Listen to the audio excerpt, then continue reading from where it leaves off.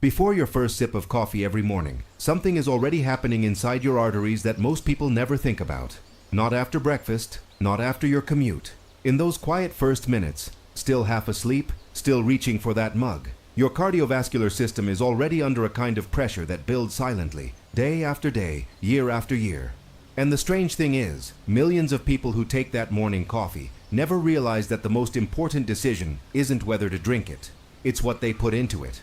If you care about your heart, your circulation, and how well your body holds up over the next decade, subscribe right now, because this is exactly the kind of content we bring here every week. Most people have heard the debate, is coffee good or bad for the heart? For years that debate went in circles, but researchers began asking a different question, and it changed everything. They stopped asking whether coffee was safe and started looking at what happens when specific ingredients are added to it. What happens to circulation? What happens to the walls of the arteries? What happens to inflammation markers in the blood?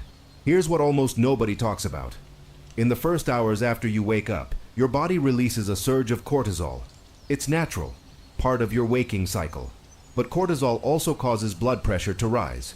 Your arteries, especially as they age, respond to that morning pressure surge differently than they did at 30 or 40. The vessel walls stiffen. The endothelium, that delicate inner lining of every artery, works harder to regulate blood flow.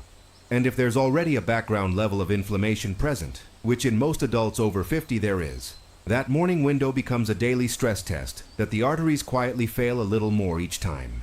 That mug you hold every morning is an opportunity. A ritual that already exists in your life, costs you almost nothing extra in time or effort, and, if you know what to add to it, can become something your arteries genuinely benefit from, morning after morning. We're going to go through 5 ingredients, and the last one surprises almost everyone.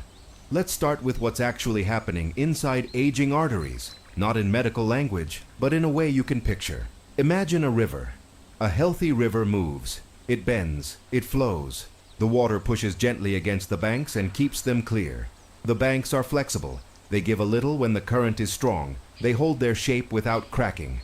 That's a young artery.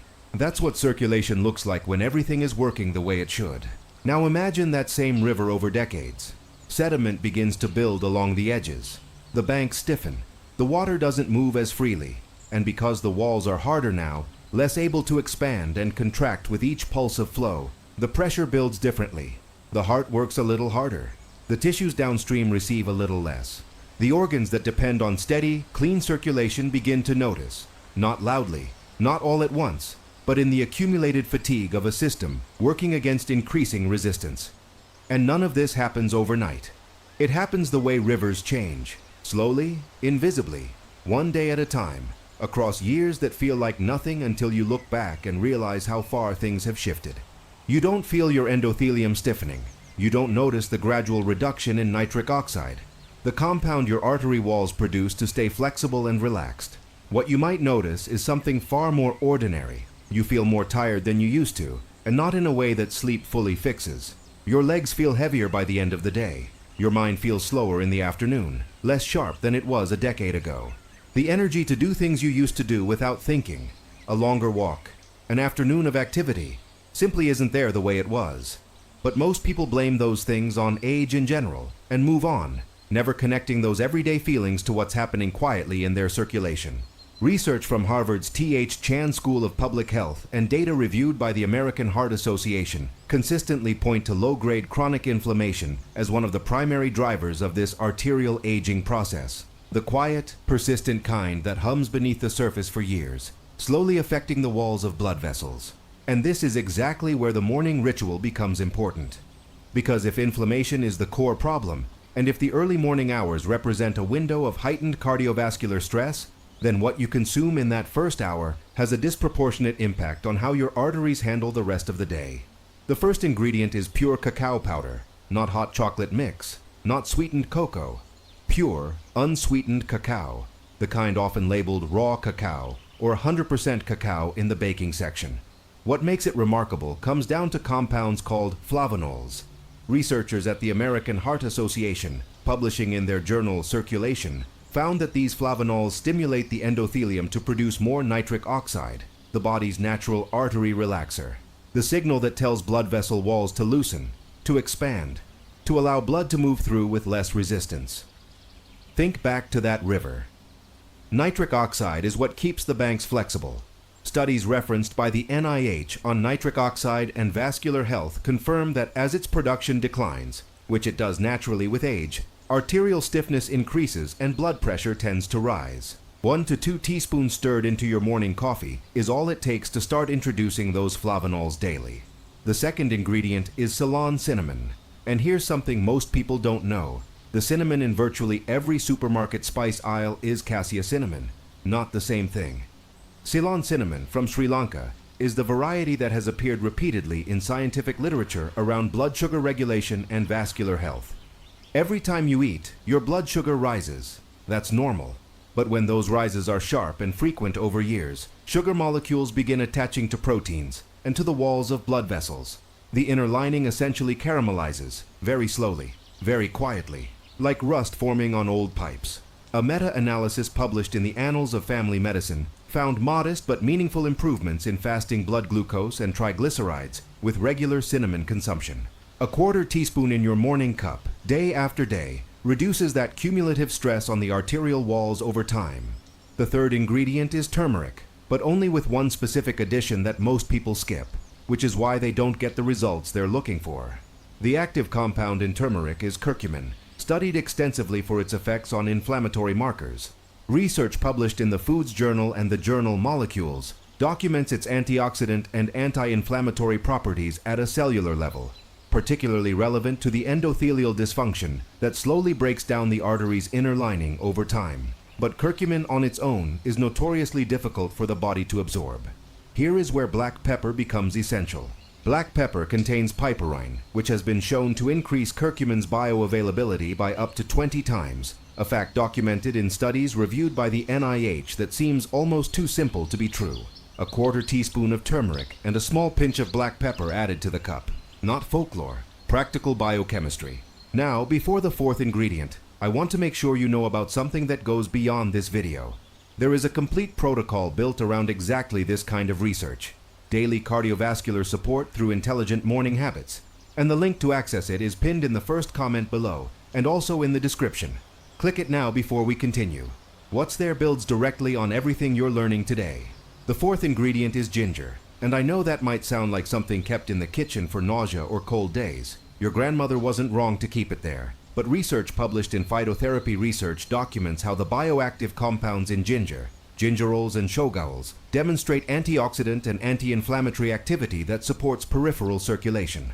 Not just to and from the heart, but through the smaller vessels that reach the hands, the feet, the legs, every organ in between. Your heart is the pump.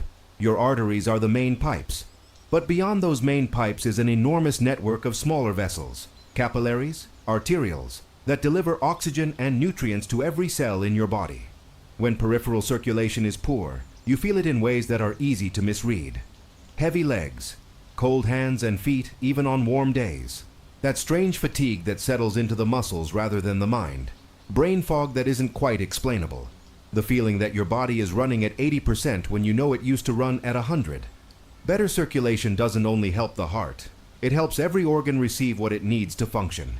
That distinction gets lost in most conversations about cardiovascular health, which tend to focus almost entirely on the heart itself and forget the vast network that branches out from it. Let me tell you about a man I think about often in these conversations. He was 67 years old, had been active most of his life, not an athlete, but someone who walked regularly, stayed reasonably engaged, did some light work around the house. And somewhere in his early 60s, things began to shift. Not dramatically, not in a way that set off alarms, just quietly. The walks got shorter, not because he decided to walk less, but because his legs felt heavier after a while, and it seemed easier to stop. The afternoons became harder to get through. He started relying on a second coffee around 2 or 3 in the afternoon just to feel present. His sleep was technically fine, but he woke up tired more mornings than not. He noticed his thinking felt slower. Not confused, just slower. Like a machine running too many processes at once. He told himself it was age. He was 67 after all. What did he expect? His doctor during a routine visit said something that stayed with him. She told him that what he was describing sounded less like aging in general and more like the cumulative effect of circulation that had been quietly declining for years. Poor circulation, she explained, often develops so gradually that people mistake its symptoms for something inevitable. They attribute to time what is actually, at least in part, a function of how well blood is reaching the tissues that need it most. He made no dramatic changes. He began paying attention to the morning hours, what he was putting in his body in that first window of the day. He changed some things about what he ate. He changed what went into his morning coffee. Within a few weeks, his afternoons became easier to get through. The walks started getting longer without him consciously deciding to extend them. His legs just didn't feel as heavy as before. He didn't feel young again. That's not what this is about. But he felt more like himself than he had in several years. Not transformation, return. That distinction, not transformation, but return, is the most honest thing I can tell you about what consistent daily cardiovascular support actually looks like in real life.